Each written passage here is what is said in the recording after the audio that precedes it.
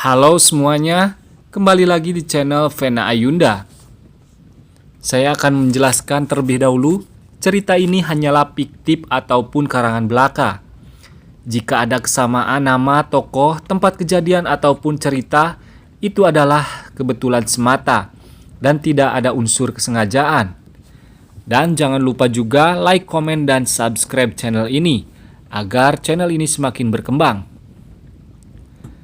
Kenalin, nama aku Johan.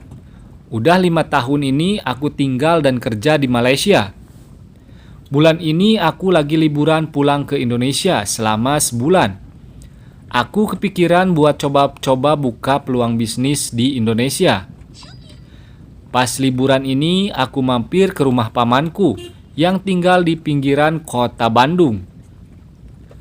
Untung saja pamanku orangnya lumayan tajir.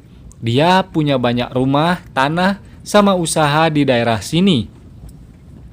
Akhirnya aku nginep seminggu di salah satu rumah kontrakan paman aku yang lagi kosong. Kebetulan juga dia kasih aku pembantu cewek yang masih muda namanya Nurul, buat bantuin ngurus rumah dan sekalian ngurus aku selama di sini. Aku nyampe di sini hari Sabtu pagi. Abis beres-beres barang dari koper, aku cabut ke rumah pamanku buat say hi. Pas aku masuk ke rumahnya yang gede banget, ternyata udah ada beberapa orang di ruang tamu. Terus paman aku jelasin, malam ini bakal ada pentas dangdut buat warga sekitar. Paman aku memang sukses banget, jadi bisnismen, tapi orangnya juga humble. Sering banget ngadain hiburan buat warga sebagai bentuk kepedulian. Gak heran sih, semua orang di sini respek dan ramah banget sama keluargaku. Aku pun diperkenalkan sama seorang lelaki setengah baya, namanya Pak Peri. Ternyata Bapak Peri ini adalah pimpinan kelompok dangdut yang bakal pentas malam ini. Kita bertiga ngobrol sebentar di ruang tamu. Gak lama, Bapak Peri memanggil beberapa orang dari luar rumah. Masuklah 4 cewek muda ke dalam rumah pamanku. Mereka diperkenalkan sebagai penyanyi yang bakal tampil nanti. Satu persatu, aku menyalami mereka yang bernama Norma, Tasya, Ratna, dan juga Ririn. Jujur saja sih, tipe-tipe kayak gitu bukan yang biasanya aku suka. Jadi aku pun gak mikir macem-macem. Tapi ada satu dari mereka yang cukup menarik perhatianku. Anastasia, yang dipanggil Tasya, umurnya 19 tahun dan tinggi sekitar 160 cm. Rambutnya hitam lurus panjang dan wajahnya biasa saja. Tapi yang paling menarik perhatianku adalah badannya yang montok banget. Pinggulnya ramping, aku bisa lihat lekukan perbukitannya yang menonjol dan kencang di balik baju ketatnya. Aku sempat memperhatikan badannya beberapa saat. Bapak Peri yang sepertinya tahu gerak-geriku cuman tersenyum ke arahku. Tak lama, mereka pun keluar dari rumah dan kita balik lagi ngobrol tentang rencana pentas nanti dengan pamanku. Setelah makan malam, sekitar jam 8, aku mulai jalan ke tempat acara dangdut ini. Sebenarnya dangdut itu bukan selera aku sih, tapi mau gimana lagi, aku juga nggak ada kerjaan selama liburan di sini. Sesampainya di sana, aku dipersilahkan duduk di meja, paling dekat sama panggung, di mana paman aku dan Bapak Prayit udah nunggu. Para warga udah memenuhi area penonton dan gak lama acara dimulai. Lagu dangdut mulai dimainkan, penonton udah pada joget ria. Norma, Tasya, Ratna, dan juga Ririn pun sibuk bergoyang dan nyanyi di atas panggung. Mereka berempat bergoyang, sensual di atas panggung. Pakaiannya benar-benar menggoda banget. Beda dengan sama pas aku ketemu mereka siang tadi. Sekarang mereka udah make up menor ala penyanyi dangdut ditambah baju yang kayaknya kekurangan bahan. Mataku kembali tertuju kepada Tasya. Kali ini aku bisa lihat jelas kemolekan badannya yang super indah. Dia pakai dress ketat warna merah yang menunjukin lengannya. Roknya juga pendek banget, hampir nggak nutupin perbukitan bulatnya itu. Auto dong muncullah pikiran-pikiran di kepala aku, membayangkan keelokan fenomena alam yang ditunjukkan Tasya ini. Para penyanyi pun bergilir pentas satu persatu, dan pas giliran Tasya, aku nggak bisa lepasin pandangan dari dia sedetik pun. Gerakan jogetnya benar-benar menggoda.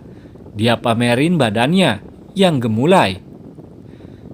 Dia sempat bergaya, mengangkangkan kaki dan bergerak maju mundur, bikin para pemuda di sana tertarik. Beberapa kali aku lihat Tasya melirik ke arahku. Aku pun balas senyumin dia, bahkan berani ngedepin mata. Pak Peri cuman ketawa ngeliat kelakuanku. Beberapa jam kemudian, acaranya pun selesai, dan para warga kelihatan puas banget dengan hiburan malam ini. Pak Peri datang mendekati dan mengobrol santai. Aku puji dia dan grupnya yang udah tampil tadi. Tiba-tiba dia bisik ke arahku, "Mas Johan, sepertinya ada yang masuk kaya dari tadi." Aku cuma ketawa dengar itu, terus jawab sambil bercanda, "Bapak Peri tahu aja, kita berdua ketawa, dan aku ngaku kalau aku memang tertarik sama Tasya." Gak kuduga, Pak Peri langsung jawab, "Ya sudah, tenang aja Mas Johan. Saya pastiin nanti malam Mas gak akan kesepian." Aku senyum dan ngerti maksudnya. Setelah negosiasi harga, aku pun ngasih uang 400.000 ke Bapak Johan. Bapak Peri maksudku. Ya, aku sempat kaget sih.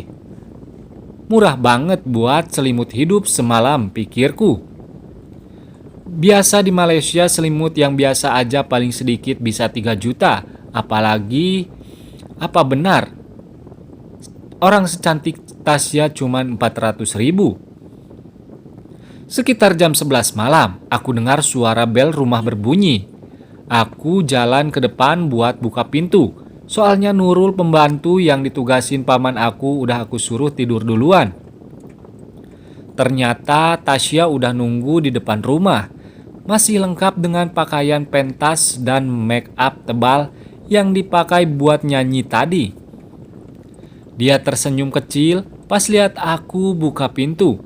Aku nyuruh dia masuk dan kita pun duduk berdua di sofa ruang tamu. Dia duduk merapat di sebelahku sambil lipat kakinya. Wow, rok mininya tersingkap. Pamerin paha putih mulusnya. Dari sebelahnya, aku bisa lihat jelas belahan perbukitan depan, apalagi dengan dress merah ketatnya yang punya belahan cukup rendah. Kata Pak Peri, "Mas Johan minta ditemenin Tasya ya?" Dia nanya sambil pasang wajah imut. Aku jawab, "Iya nih, soalnya aku lumayan kesepian di sini." Dia balas polos, "Kenapa kok Tasya? Emangnya Mas Johan mau ditemenin Tasya?" Aku bilang, "Ya iya dong, masa aku nggak mau ditemenin cewek imut dan semolek kayak gini?" Dia ketawa dan mencubit aku. Kita mulai ngobrol dan bercanda, dan aku beraniin diri buat pegang dan usap kaki mulusnya. Ternyata dia nggak keberatan, malah makin merapatin diri ke badan aku. Kusibak rambut Tasya dan dari lehernya, dan langsung serbu lehernya yang putih dan jenjang itu. Bisikan kecil mulai keluar dari mulutnya. Tanganku mulai grilnya melewati bukit dan lembah. Akhirnya aku mulai petualanganku sama Tasya.